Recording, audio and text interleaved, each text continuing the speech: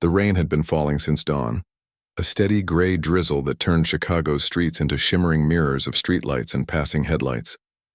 It wasn't the kind of storm that made headlines, no thunder, no wind, but the kind that seeped into your bones if you stood outside too long. Inside the little coffee shop on West Madison, though, it felt like a different world. Warm, dry, and humming with the quiet rhythm of morning routine. Steam rose from the espresso machine in soft bursts. The scent of dark roast beans mixed with the buttery sweetness of freshly baked croissants. A small chalkboard by the register listed the day's specials in looping handwriting. Oat milk latte, $0.50 off before 9 a.m. Homemade blueberry muffins, gone by 10, promise. The place wasn't fancy, just a narrow storefront with mismatched wooden tables, a few potted plants struggling valiantly near the window, and shelves lined with local art and second-hand books for customers to browse. It had been there for over 20 years, surviving recessions, gentrification, and even a brief attempt to turn it into a juice bar. People came not just for the coffee, but for the feeling that someone still cared about the small things. Behind the counter stood a young woman in her early 20s, tying back her hair with a plain black band. She'd only been working there a week, but already she knew the rhythm of the place, the way the grinder sounded when it needed cleaning, how the milk frother sputtered if you didn't wipe the steam wand right after use, which regulars liked their names written on cups and which preferred to be left alone with their thoughts. She moved with quiet efficiency, wiping counters, restocking cups, smiling when someone made eye contact. But her eyes, sharp, observant, were always taking in more than just orders. She'd graduated from college just 2 months ago with a business degree, full of theories about markets, leadership, and strategy. But reality had hit fast. Job applications disappeared into black holes. Interviews led nowhere. Rent, however, didn't care about her resume. So she took this job, early shifts, sore feet and all, because dignity didn't pay the bills, but coffee did. Still, she hadn't left her studies behind. During slow moments, she'd pull out her phone and reread articles about supply chains, startup failures, or corporate ethics. To her, business wasn't just spreadsheets and profit margins. It was about people making choices, and how those choices rippled through lives. That Tuesday morning, the shop was quieter than usual. The rain kept most people home or hunched under umbrellas, rushing straight to offices. Only a handful of customers dotted the space. An older man reading the newspaper with thick glasses, a woman typing furiously on her laptop, and a delivery driver sipping coffee while waiting for his next pickup. She wiped down the counter for the 3rd time that hour, not because it was dirty, but because it gave her something to do. Her mind drifted to the student loan statement she'd opened the night before. The number still made her stomach tighten. She'd worked part-time through school, lived with roommates, skipped vacations, but it wasn't enough. Now every dollar counted. Every hour mattered. Then the bell above the door chimed. A man walked in, shaking water from his dark coat. He looked tired. Not the kind of tired from staying up late watching TV, but the deep, heavy kind that comes from carrying decisions no one else sees. His clothes were simple. Black jacket, dark jeans, worn boots. No flashy watch, no designer bag, no phone case covered in logos. If you passed him on the street, you'd think he was just another city worker grabbing coffee before another long day. He stood for a moment just inside the door, letting the warmth soak in. Raindrops clung to his hair. He glanced around, not with curiosity, but with the distracted air of someone whose mind was already miles away. "Black coffee?" "Please," he said, his voice low and rough, like he hadn't spoken much that morning.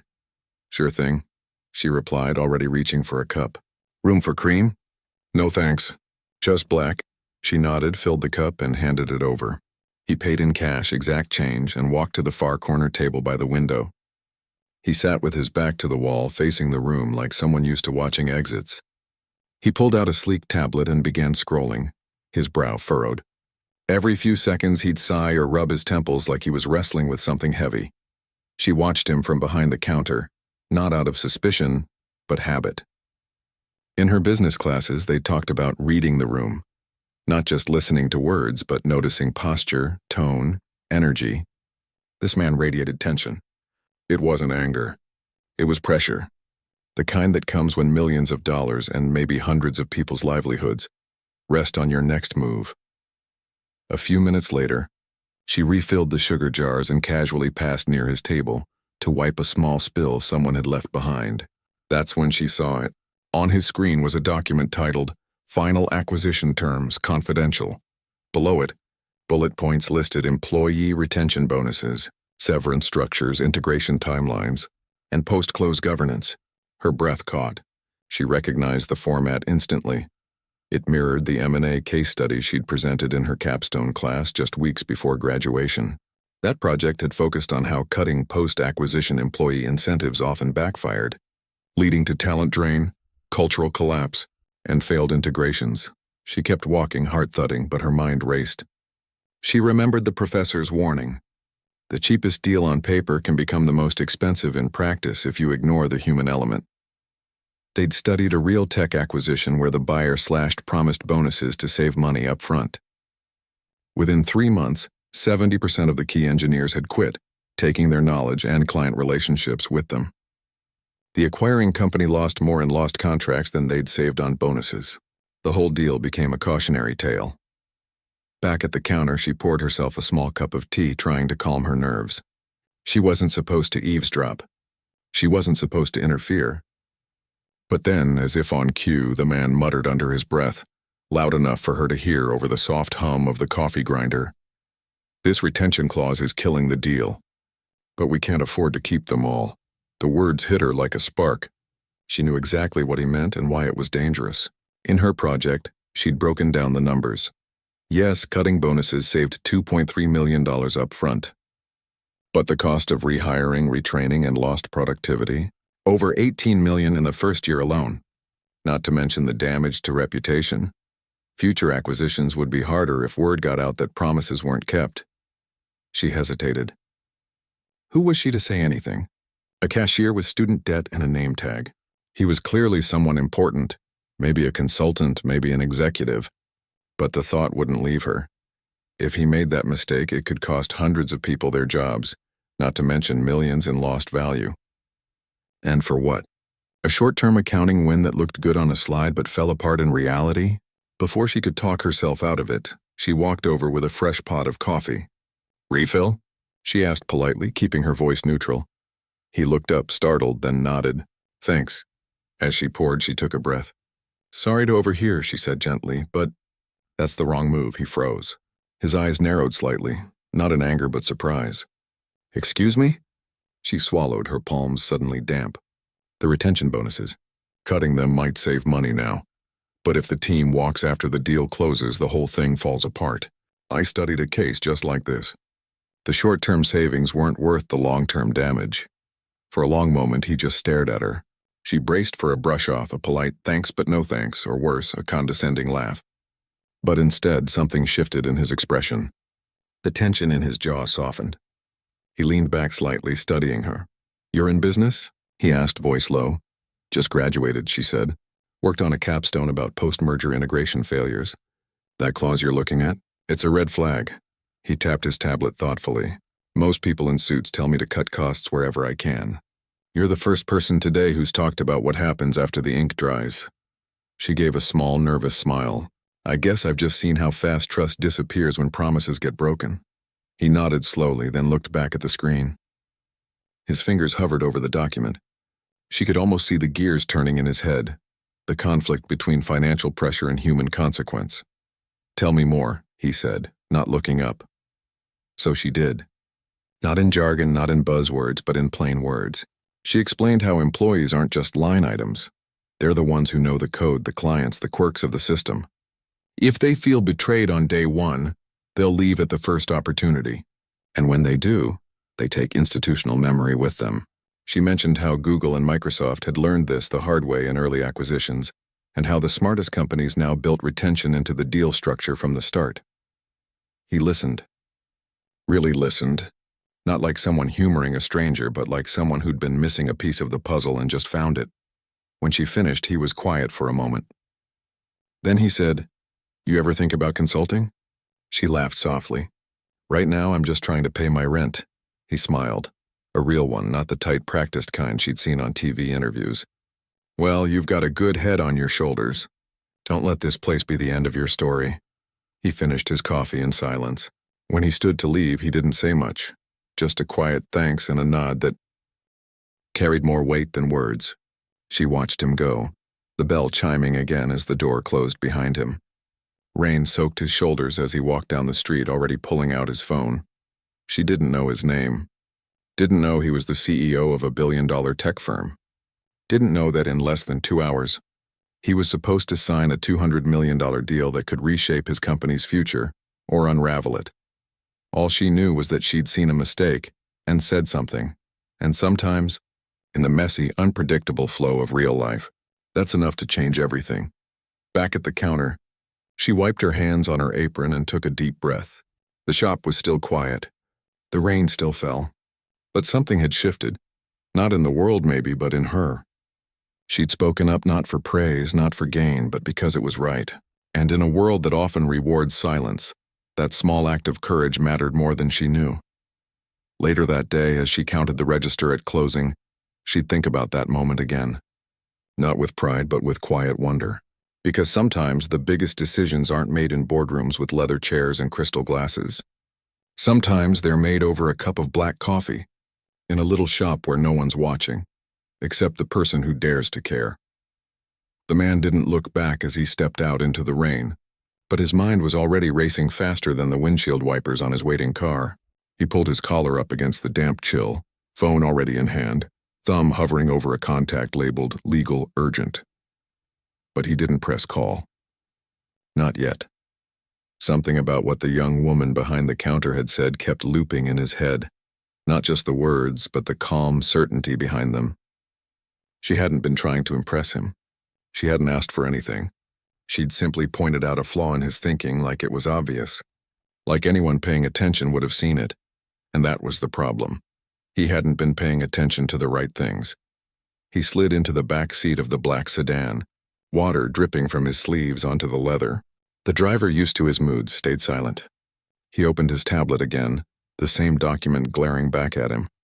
The retention clause, section 4.2, was highlighted in yellow by his CFO. Non-essential, the note read.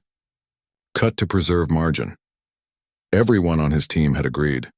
Even the board had signed off. It was standard practice, they said. Lean into efficiency, trim the fat, but now standing in his mind was a voice that didn't belong to any boardroom. If the team walks after the deal closes, the whole thing falls apart. He leaned his head against the cool window. Rain streaked the glass, blurring the city into soft smudges of gray and gold. He thought about the company he was about to acquire, a mid-sized AI startup with brilliant engineers and a culture that thrived on trust. He'd met their founder months ago over dinner, and the man had only agreed to sell because he believed his people would be protected. They're not just employees, he'd said. They're the reason this works. And now his own team wanted to gut the very promise that made the deal possible. He exhaled sharply. Take me back to the office, and he told the driver. And call Elena. Tell her to hold the signing indefinitely. The driver glanced in the rearview mirror, eyebrows raised, but didn't question it. He knew better. Back at the sleek downtown tower that bore his company's name in silver letters, the mood was tense. Assistants moved quickly, voices hushed. The conference room on the 32nd floor, nicknamed the Vault, was already set up for the signing. Crystal glasses, chilled water, leather-bound folders stamped with gold seals. Lawyers in tailored suits stood near the window, chatting in low tones. The CEO of the startup was due in 45 minutes. Elena, his chief of staff, met him at the elevator. She was sharp, efficient, and rarely flustered, but today her usual calm had a crack in it. You said to hold the signing, she said, keeping pace as he strode down the hall. The other side is already en route. Their legal team's on standby. What's going on? He didn't answer right away. He walked straight into the vault, scanned the room like he was seeing it for the first time. The polished table, the expensive pens, the air thick with expectation, and then turned to her. We're not signing today. Elena stopped dead. What? I need to revise section 4.2. The retention bonuses stay. Full payout. No cuts, she blinked. You can't be serious. We've negotiated this for months. The board approved the numbers. If we backtrack now, they'll think we're weak, or worse, desperate. Maybe we are, he said quietly, but desperate to do it right, not just fast. He sat down at the head of the table, opened his tablet, and began typing. Get finance on the line. I want a revised model by noon. factoring in full retention costs, projected attrition if we cut, and long-term ROI with and without the team intact. Elena stared at him. Did something happen this morning? He paused, fingers still on the screen. I had coffee. That's it? He looked up, a faint, tired smile touching his lips, and a reminder that the best advice doesn't always come from people with titles. She studied him for a long moment, then nodded slowly. All right, I'll get the team together, but you're going to have to explain this to the board yourself. I know. Within the hour, the room was full. Lawyers, finance leads, his head of M&A, all looking at him like he'd lost his mind. One of the senior partners from the law firm cleared his throat. With all due respect, this is highly irregular. The other side expects us to honor the agreed terms. Renegotiating now could kill the deal entirely. I'd rather kill a bad deal than sign a ticking time bomb, he replied, voice steady. He laid out the argument, not with jargon, but with logic. He explained how losing key engineers in the first 6 months could derail product integration, delay client deliverables, and damage their reputation in the tech talent market. He cited the same case study the young woman had referenced, though he didn't mention where he'd heard it. He showed revised projections. Yes, keeping the bonuses cost $4.2 million more up front, but the risk of attrition without them, estimated losses of $60 million in the first 18 months. Silence fell over the room. Finally, the CFO spoke. You're assuming the worst-case scenario? I'm assuming people are human, he said, and humans don't stay where they feel used. Meanwhile, back at the coffee shop, the young woman had no idea any of this was happening. Her shift ended at noon, and she walked home in the lingering drizzle. Hoodie pulled up, thoughts drifting between her overdue textbook return and whether she should apply for that internship she'd seen posted online. She replayed the morning's conversation in her head, not with pride, but with a quiet unease. Had she overstepped? Was it her place to say anything? She'd been raised to mind her business, to stay in her lane. But something about that man's frustration had felt familiar, like watching someone about to trip over a crack they couldn't see. She hoped he hadn't taken it the wrong way. That afternoon, she curled up on her tiny apartment couch with a cup of instant tea. Real coffee was a luxury she reserved for work, and opened her laptop. She scrolled through job boards half-heartedly when a notification popped up. A message from her old business professor.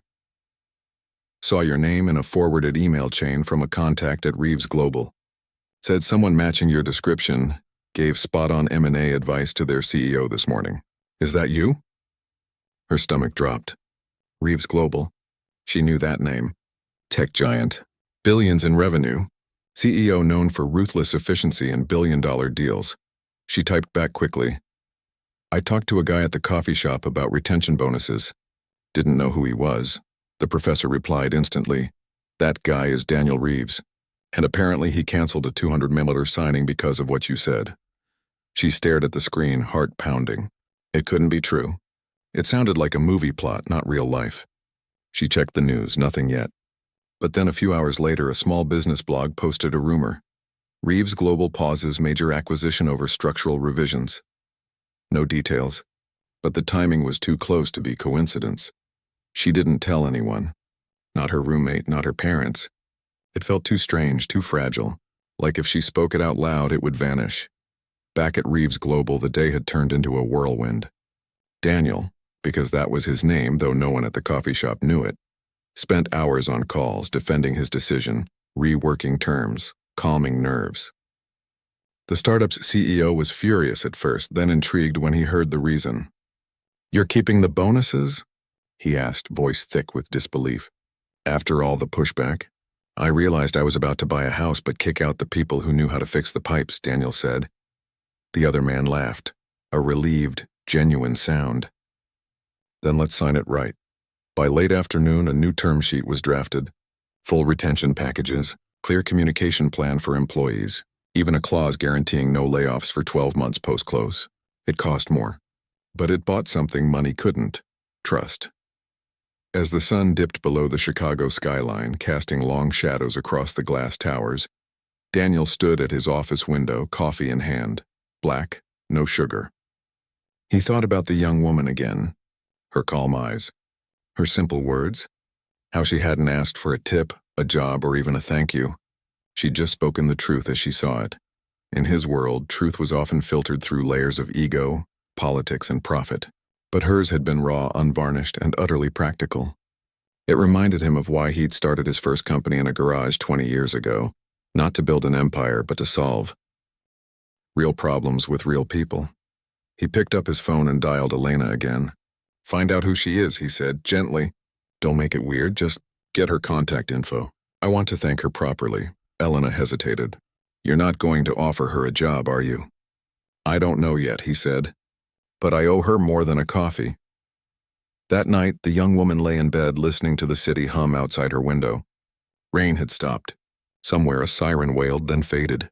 She thought about her future, uncertain, full of student debt and unanswered applications. But for the first time in weeks, she didn't feel invisible. She'd said something that mattered. To someone who could actually do something with it, and maybe, just maybe, that was enough. She didn't know it yet. But her quiet moment of courage had already set off a chain reaction, one that would ripple far beyond a coffee shop, a boardroom, or even a $200 million deal. Because sometimes the most powerful moves aren't made with grand gestures or loud declarations. Sometimes they start with two simple words, spoken softly at the right time. That's wrong. And sometimes, the person who hears them has the humility to listen. The call came in just after 9 the next morning. Daniel Reeves was already at his desk, sleeves rolled up, reviewing the final version of the revised acquisition agreement. The coffee shop encounter still lingered in his mind, not as a distraction but as a kind of anchor, pulling him back to what really mattered. He'd spent most of the night double-checking retention models, cross-referencing turnover data from past deals, even calling a retired HR exec he hadn't spoken to in years. Every conversation confirmed what the young woman had said. Cutting bonuses wasn't saving money. It was gambling with the soul of the company he was trying to buy. His phone buzzed. It was the startup's CEO. Daniel answered on the first ring. "I just got your updated term sheet," the voice on the other end said. There was a pause, long enough to make Daniel's stomach tighten. "Then you kept the retention package full?" "I did." Another silence. Then a slow exhale. "I'll be honest, I thought you were bluffing yesterday, or having some kind of breakdown." Daniel almost laughed. "I wish it were that dramatic. Truth is, someone reminded me that deals aren't just about numbers. They're about people." The other man was quiet for a moment. "Who was it?" "Your board finally grew a conscience?" "No," Daniel said, smiling faintly. "A cashier at a coffee shop." There was a beat of stunned silence. Then laughter, warm, relieved, almost disbelieving. "You're kidding." "I'm not." "Well," the voice said, softer now, "tell that cashier thank you. From all of us. My engineers have been on edge for weeks. If you'd cut those bonuses, half of them would have walked before lunch on day one. Then we'd both be holding an empty shell," Daniel replied. "Let's not do that." They agreed to meet in 2 hours to sign. No fanfare, no press. Just two men, a stack of papers, and a shared understanding that trust was the real asset they were trading. But not everyone saw it that way. By mid-morning, word had spread through the upper floors of Reeves Global like smoke through a hallway. Whispers turned into hushed arguments in hallways. A senior vice president stormed into Elena's office, demanding to know why the CEO had thrown away shareholder value on a whim. The board chair called 3 times before Daniel finally picked up. "You canceled a signing over a retention clause?" the chair asked, voice tight with disbelief. "After months of negotiation? After we told investors this deal closes this week?" "I didn't cancel it," Daniel said calmly. "I improved it." "Improved it? You added millions in unnecessary cost." "Necessary if we want the deal to actually work," Daniel countered. "Look, I get it. On paper, cutting bonuses looks smart. But in practice, it's like buying a race car and selling the engine to save on shipping. What's left isn't worth driving." The chair was silent for a long moment. "This better pay off. Because if integration stumbles, if we miss Q3 targets, this decision lands on you." "I know," Daniel said, "and I'll own it." He hung up and stared out the window. The city stretched below him, thousands of people rushing to jobs, meetings, lives full of choices, big and small. He thought about how easy it was to forget that behind every line item on a spreadsheet was a person with rent to pay, dreams to chase, and dignity to protect. Somewhere out there, The young woman who'd spoken up was probably restocking napkins or wiping down counters, unaware that her 2-minute conversation had just reshaped a $200 million transaction. He made a decision then. Not just about the deal, but about how he wanted to lead moving forward. Later that afternoon, the signing happened in a modest conference room. No crystal glasses, no photographers.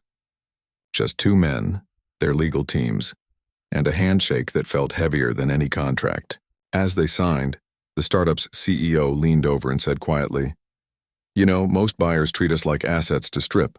You treated us like partners." Daniel met his eyes. "Because you are." Back at the coffee shop, life moved on as usual. The young woman was working the afternoon shift, steaming milk for a caramel macchiato, when her phone buzzed in her apron pocket. It was her professor again. They signed it. Full retention. And get this, Reeves told the press it was a course correction inspired by frontline insight. No names, but everyone in the industry knows it's you. She read the message twice, heart thudding. She glanced around the shop, half expecting someone to be watching her, pointing, whispering. But no, just the usual hum of grinders and chatter. She was still just a cashier in a stained apron, serving coffee to people who didn't know her name. Yet something had shifted inside her. Not arrogance, not excitement, but a quiet certainty. She hadn't been crazy to speak up. Her education, her observations, her voice, they mattered. Even here, even now. That evening, as she walked home under a sky streaked with sunset, she passed a newsstand. A business magazine's cover caught her eye. Reeves Global revises 200mm deal at the last minute. What changed? She didn't buy it. She didn't need to. She already knew. Meanwhile, Daniel sat in his office long after everyone had gone home. He'd asked Elena to find out who the young woman was, not to hire her on the spot, not to make a spectacle, but simply to thank her. Elena had been discreet. She'd called the coffee shop, pretending to be a customer who'd left a laptop behind. Through casual conversation with the manager, she learned the new cashier's name, that she'd just graduated, and that she worked mornings and some afternoons. Daniel didn't want to show up unannounced. He didn't want to make her uncomfortable. So he wrote a note, simple, sincere, and included a modest gift card to the shop, enough to cover her shifts for a month. He sealed it in an envelope with no return address, just her first name on the front. He'd drop it off himself the next morning, before the rush, but fate had other plans. The next day, as he walked toward the coffee shop, phone in hand, scrolling through an email about integration timelines, he nearly collided with someone rushing out the door. It was her. She looked up, startled, then froze when she recognized him. For a second, neither spoke. Rain threatened again in the distance, clouds gathering like an audience. "You came back," she finally said, voice quiet. "I did," he replied, "to say thank you, properly." She shifted her weight, eyes flicking to the street, then back. "You didn't have to, I know, but I wanted to." He handed her the envelope. No strings, just gratitude. She took it slowly, like it might burn her fingers. Did it work?" "The deal? It signed this morning," he said, "with the bonuses intact. And I told my team something I should have remembered years ago. The best insights don't always come from the top. Sometimes they come from the people actually watching how things work." She nodded, a small smile tugging at her lips. "Glad it helped." "You didn't just help," he said. "You prevented a mistake that could have cost hundreds of people their stability, and my company millions. That's not small." They stood there for a moment, 2 strangers connected by a single honest sentence. Then he glanced at his watch. "I should go. Board meeting in 20. "Of course," she said. He turned to leave, then paused. "If you ever want to talk strategy or just need a reference, my office door is open. No pressure. Just an offer." She watched him walk away, the envelope warm in her hands. When she got home, she opened it. Inside was the note, the gift card, and a business card with just his name and direct line. No title, no company logo. She didn't call. Not that week. Not the next. But she kept the card in her wallet right behind her student ID. Because sometimes the world doesn't change in a single day. Sometimes it changes in small moments. A canceled signing, a revised clause, a quiet thank you that builds slowly into something new. And sometimes the person who speaks up in a coffee shop doesn't just save a deal. They remind a powerful man what leadership really looks like, not control but listening. Not certainty but humility. By the end of the week, news outlets were calling the Reeves acquisition a masterclass in human-centered M&A. Analysts praised the unexpected wisdom behind the retention strategy. Investors, initially skeptical, began to see the long-term logic. Employee morale at the acquired company soared. Engineers who'd been updating their resumes deleted them, all because one person said, "That's the wrong move." And another had the courage to believe her. 6 months passed like pages turning in a book no one expected to be so compelling. The deal that had nearly collapsed over a single clause didn't just survive, it thrived. The startup's engineers stayed. Projects launched on time. Client satisfaction scores climbed higher than they'd been in years. Even the skeptics on the board began to nod in quiet approval during quarterly reviews. What had looked like an unnecessary expense on paper had become the glue holding everything together in practice. But the real surprise wasn't in the numbers, it was in the ripple that started in a quiet coffee shop and kept spreading. It began with a company-wide town hall. Daniel Reeves stood on a modest stage in a converted warehouse space, not a boardroom, surrounded by employees from both companies, some in hoodies, some in suits, all watching him with cautious curiosity. He'd insisted on hosting the event himself. No PR spin, no rehearsed script. Just honesty.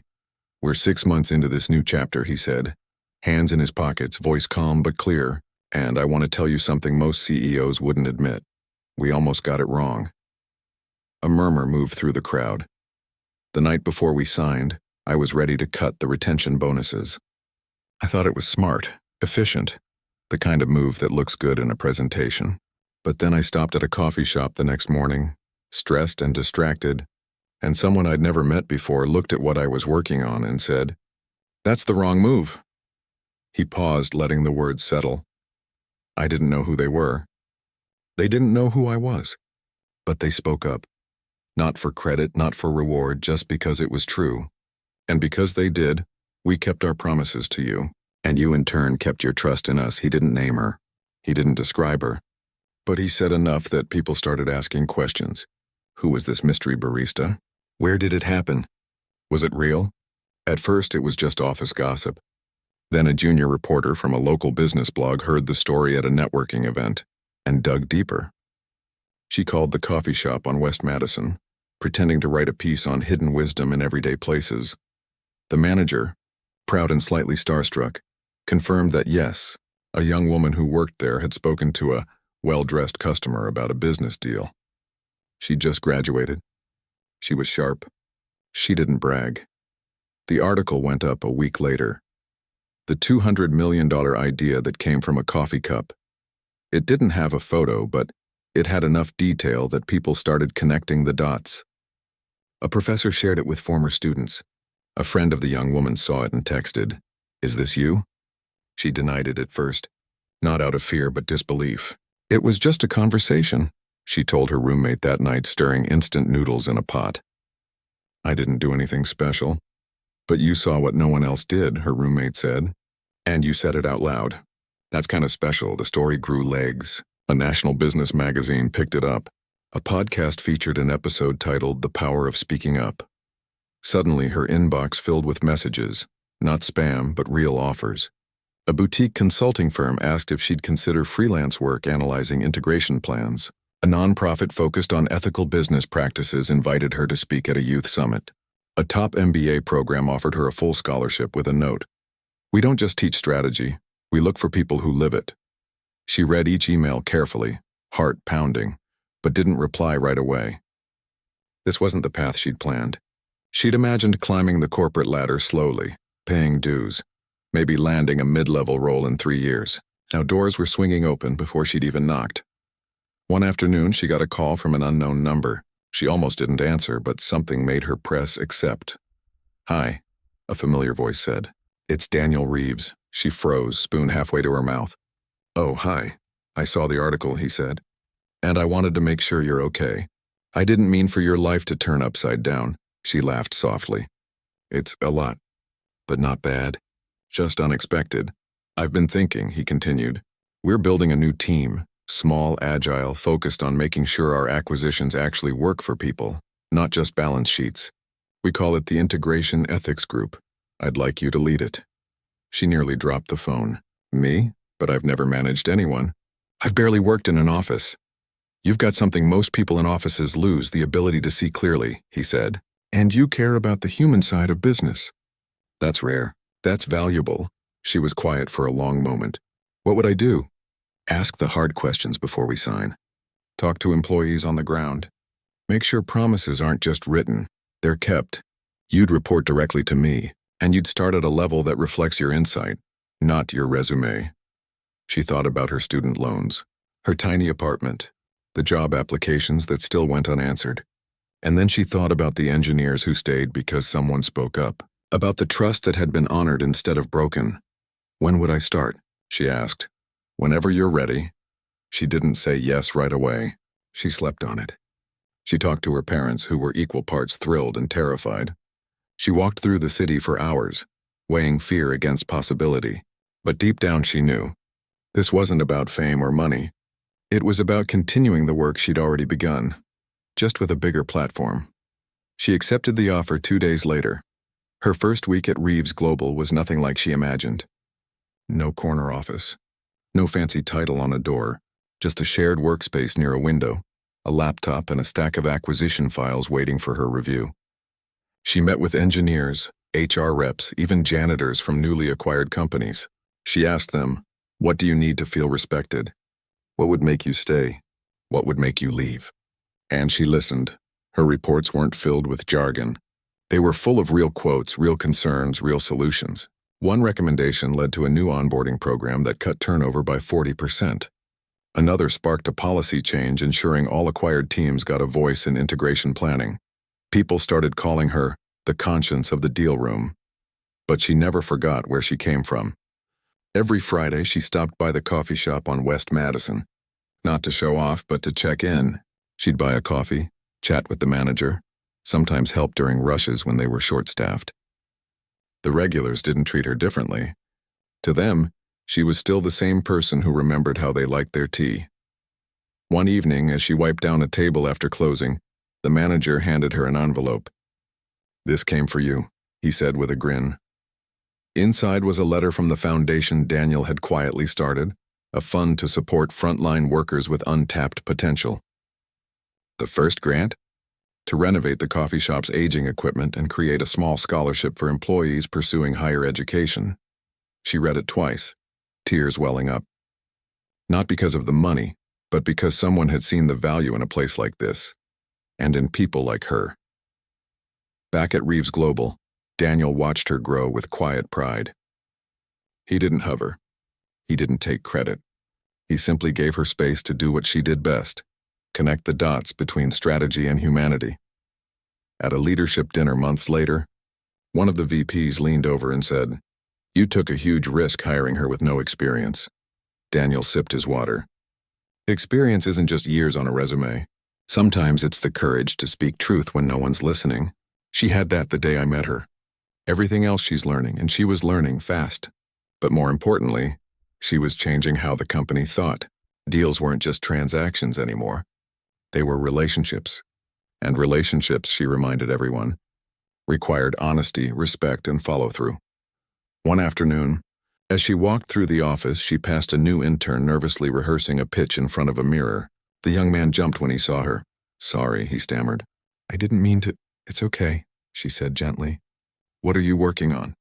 He explained a proposal to streamline vendor contracts. She listened, then asked one question. "Have you talked to the vendors about how this affects them?" He blinked. "No.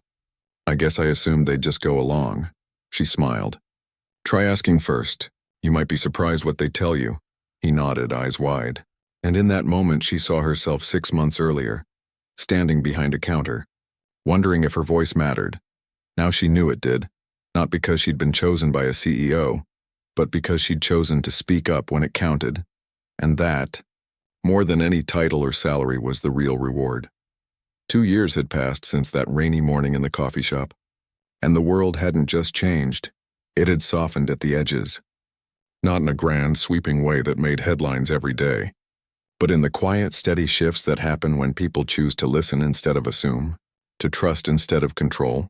The coffee shop on West Madison was still there. In fact, it was busier than ever. New stools lined the counter. The espresso machine purred like a contented cat. And the chalkboard now read, "Proudly supported by the Frontline Futures Foundation." The owner had used the grant not just to upgrade equipment, but to offer paid training hours for staff pursuing degrees or certifications. A small plaque near the door read, "Great ideas don't always come from the top. Sometimes they come with your coffee." Inside, sunlight streamed through clean windows, catching dust motes in the air like tiny sparks. At a corner table sat two people who, 2 years ago, would never have imagined sharing this space as equals. One was the young woman who'd once stood behind the counter in a stained apron, wondering if her voice mattered. Now she wore a simple blazer, sleeves rolled up, fingers tapping notes into a sleek tablet. Her hair was pulled back, but her eyes still held that same quiet intensity, the kind that noticed what others missed. Across from her sat the man who'd once walked in soaked and stressed, carrying the weight of a $200 million decision in his hands. He looked different now, too, not less powerful but less burdened. His posture was easier, his smile quicker. He stirred his black coffee slowly, watching her work. They weren't in a boardroom. They weren't reviewing a crisis. They were co-leading a new venture, small, experimental, and deeply personal. It was called True North Acquisitions, and its mission was simple: help growing tech companies merge without losing their soul. No cutthroat tactics, no empty promises, just honest partnerships built on mutual respect. "What do you think about the clause on remote work flexibility?" she asked, glancing up from her screen. He leaned forward. "I say we keep it." The team we're talking to built their culture around it. Take that away, and we're not buying a company, we're dismantling it. She nodded, typing quickly. Exactly. It's not a perk. It's part of their identity. This was their rhythm now. Two minds shaped by very different paths, aligned by a shared belief that business could be human. After the meeting, they walked out together into the late afternoon sun. The city hummed around them, buses rumbling, bikes whizzing past, the distant laughter of kids in a nearby park. They didn't rush. They'd learned that the best ideas often came in the spaces between meetings. "You ever think about how strange it is?" she asked after a while. "That one sentence changed everything?" He smiled. "I think about it every time I'm about to make a decision based only on spreadsheets." They stopped at a crosswalk. A delivery cyclist zipped past, bells jingling. "I used to think leadership was about having all the answers," he said. "Now I know it's about knowing which questions to ask and who to ask them to." She looked at him, really looked. "You didn't have to listen to me that day. Most people wouldn't have." "And you didn't have to speak up," he replied. "Most people wouldn't have either." That was the truth of it. Two choices made in a moment that could have gone either way. She could have stayed silent. He could have dismissed her. But they didn't, and because of that, hundreds of people kept their jobs, a company thrived, and a new way of doing business began to take root. Later that week, they attended a small gathering at a community college. The event was part of the foundation's outreach, offering workshops on ethical leadership to students who couldn't afford Ivy League tuition. She stood at the front of a modest classroom, not as a CEO or a star, but as someone who'd been where they were. "I didn't start in a corner office," she told the room full of wide-eyed faces. "I started wiping counters and worrying about rent. But I paid attention. I asked questions. And when I saw something that didn't feel right, I said something even when I was scared." A student in the back raised a hand. "But what if no one listens?" She paused. "Sometimes they won't, but sometimes, just sometimes, they're waiting to hear it." Afterward, Daniel stood by the door, watching her talk with students, answering questions with patience and warmth. He felt a quiet pride, not as a mentor, but as a witness to something rare: integrity in action. On the drive back, he asked, "Do you ever miss the simplicity of just making coffee?" She thought about it. "I miss the quiet, but not the uncertainty. Now I get to help build something that matters, not just for shareholders, but for real people." He nodded. That's the only kind of success worth having. Back at the office, things had changed too. Reeves Global had adopted many of the practices she'd championed. New hires in M&A now spent a week shadowing customer service or support teams before touching a single contract. Bonuses were tied not just to financial targets, but to employee retention and satisfaction scores. And every major deal now included a human impact review led by her team. But the biggest change wasn't in policy, it was in culture. People spoke up more, leaders listened more. Mistakes were treated as lessons, not failures. And the company, once known for its cold efficiency, was now praised for its thoughtful growth. One evening, as she packed up to leave, she found a small envelope on her desk. Inside was a note and a key. "The coffee shop's back room is yours whenever you need a quiet place to think. Consider it your original office." She smiled, slipping the key into her bag. She knew she wouldn't use it often, but it was a reminder of where it all began. A few weeks later, she returned to the shop on a slow Tuesday afternoon. She didn't come as an executive. She came as herself. She ordered a black coffee just like he had, and sat by the window, watching raindrops race down the glass just like that first day. The current cashier, a college student with bright eyes and nervous hands, brought over a refill. "You come here a lot," she said shyly. "I used to work here," the young woman replied. "Really? What do you do now?" "I help companies grow without losing what makes them special." The cashier nodded slowly. "That sounds important." "It is," she said gently. "And so is this." She gestured to the counter, the steam wand, the quiet rhythm of the shop. "Don't ever think your voice doesn't matter just because you're behind a counter. Sometimes that's exactly where it's needed most." The student smiled, a little taller now. "Thanks." As she left, the young woman glanced back one last time. The shop felt like a living thing, warm, resilient, full of potential. Just like the people who passed through it.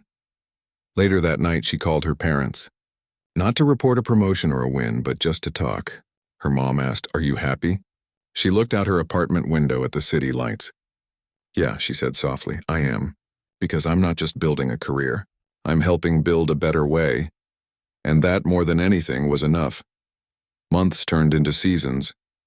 True North acquisitions grew, not fast but solidly. They turned down deals that didn't align with their values. They walked away from big money when it meant compromising trust. And in doing so, they earned a reputation not for being the biggest but for being the most reliable. At a conference the following spring, someone asked Daniel what his secret was. "How do you keep winning in such a cutthroat industry?" He didn't talk about algorithms or market timing. He said, "I listen to the people who see the truth before it becomes obvious." When asked for an example, he simply smiled and said, "Sometimes the best advisors aren't in your C-suite. They're behind the counter watching the game you forgot you were playing." The quote went viral, but the woman it was about didn't post it on social media. She didn't need to. She was too busy working, reviewing a new proposal, mentoring a young analyst, stopping by the coffee shop to check in on the latest scholarship recipient. Life wasn't perfect. There were still tough days, hard calls, moments of doubt. But now she faced them with a quiet confidence, not because she had all the answers, but because she knew the power of a single honest sentence, spoken at the right time.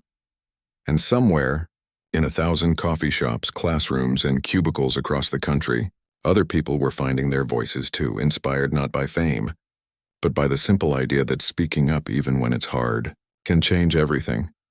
Because real change doesn't always start with a revolution. Sometimes it starts with a cup of coffee, a frown at a tablet screen, and 2 words that refuse to stay silent.